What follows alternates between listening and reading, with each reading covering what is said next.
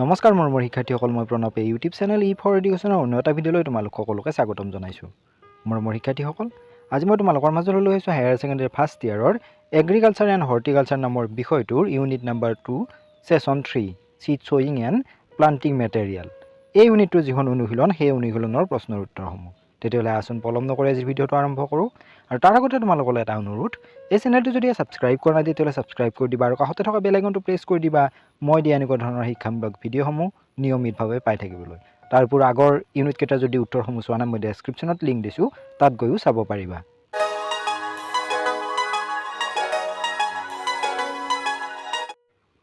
খালী ঠাইবোৰ পূৰণ কৰা। কুৱেশ্যন নম্বৰ 1, নাৰ্চাৰীত বীজ সিঁচাৰ সৰ্বোত্তম পদ্ধতি হ'ল ডেছ। ইয়াৰ খালী ঠাইত হ'ব লাইন বীজ সিঁচা। কুৱেশ্যন নম্বৰ 2, উচ্চ মূল্যৰ বাৰ্ষিক বীজত ডেছ সিঁচিলে ভাল। ইয়াৰ খালী ঠাইত হ'ব প্ৰট্ৰেই।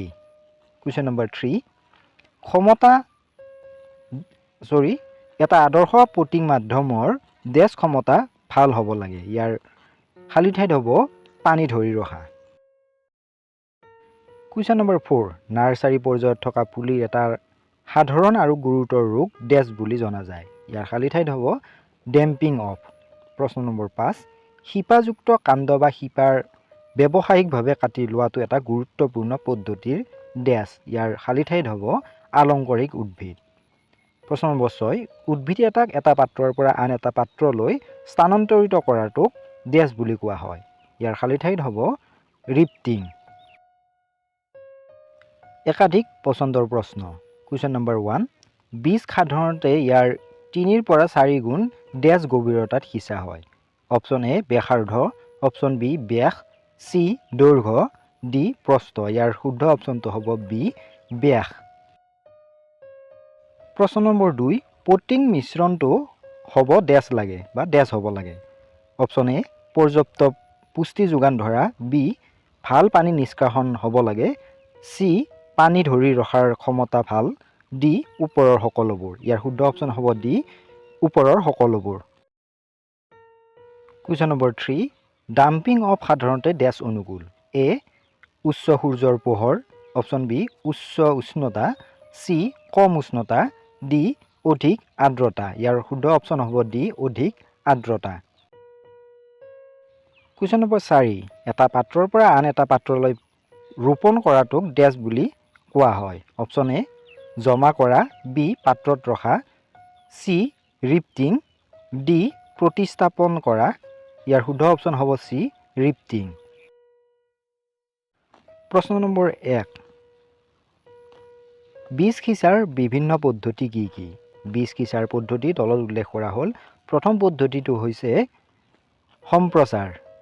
নাৰ্চাৰীত প্ৰস্তুত কৰাৰ পিছত নাৰ্চাৰীৰ বিচনাত বীজ বিস্তাৰ কৰি মিহিকৈ চালনীৰে চেপি লোৱা পচি যোৱা FYM বা পচন সাৰেৰে ঢাকি দিব লাগে। এই পদ্ধতিৰ কিছু অসুবিধা আছে, কিয়নো বীজ সমান দূৰত্বত ৰাখিব নোৱাৰি। ইয়াৰ বাবে বীজ সিঁচাৰ অন্যতম পদ্ধতিৰ তুলনাত বৃহৎ সংখ্যক বীজৰ প্ৰয়োজন হ'ব পাৰে। দ্বিতীয় পদ্ধতিটো হৈছে লাইন বীজ সিঁচা। নাৰ্চাৰীত বীজ সিঁচাৰ ই সৰ্বোত্তম পদ্ধতি। শাৰী শাৰীকৈ বীজ সিঁচিলে পুলিৰ অংকুৰণ আৰু গুণমান উন্নত হয়। এই পদ্ধতিত প্ৰতিটো বীজে স্বাধীন স্থান পায় আৰু সেয়েহে সুস্থ আৰু জোৰদাৰভাৱে বৃদ্ধি পায়। এই পদ্ধতিত ৰুগীয়া পুলি আৰু অপতৃণবোৰ সহজে পৰিচালনা কৰিব পাৰি। তৃতীয় পদ্ধতিটো হৈছে প্লাগ ট্ৰেড বীজ সিঁচা। উচ্চ মূল্যৰ আৰু হাইব্ৰিড বীজ মুকলি পথাৰ নাৰ্চাৰীৰ বিচনাৰ পৰিৱৰ্তে প্লাগ ট্ৰেড বীজ সিঁচিলে ভাল। প্ৰট্ৰেই কোমল প্লাষ্টিকৰ দ্বাৰা তৈয়াৰ কৰা হয়, যাৰ প্লাগ অগভীৰ। এই প্লাগবোৰ ৰোপণ মাধ্যমেৰে ভৰোৱা হয়। চতুৰ্থ পদ্ধতিটো হৈছে পটিং।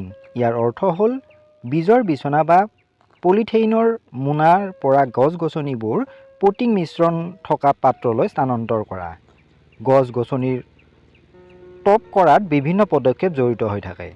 পাত্ৰৰ নিৰ্বাচন, পাত্ৰটোৰ পটিং মিশ্ৰণ ভৰাই লোৱা, গছজোপা স্থাপন কৰা, গছজোপাক পানী দিয়া আৰু ট্ৰেক কৰা, পাত্ৰৰ স্থান।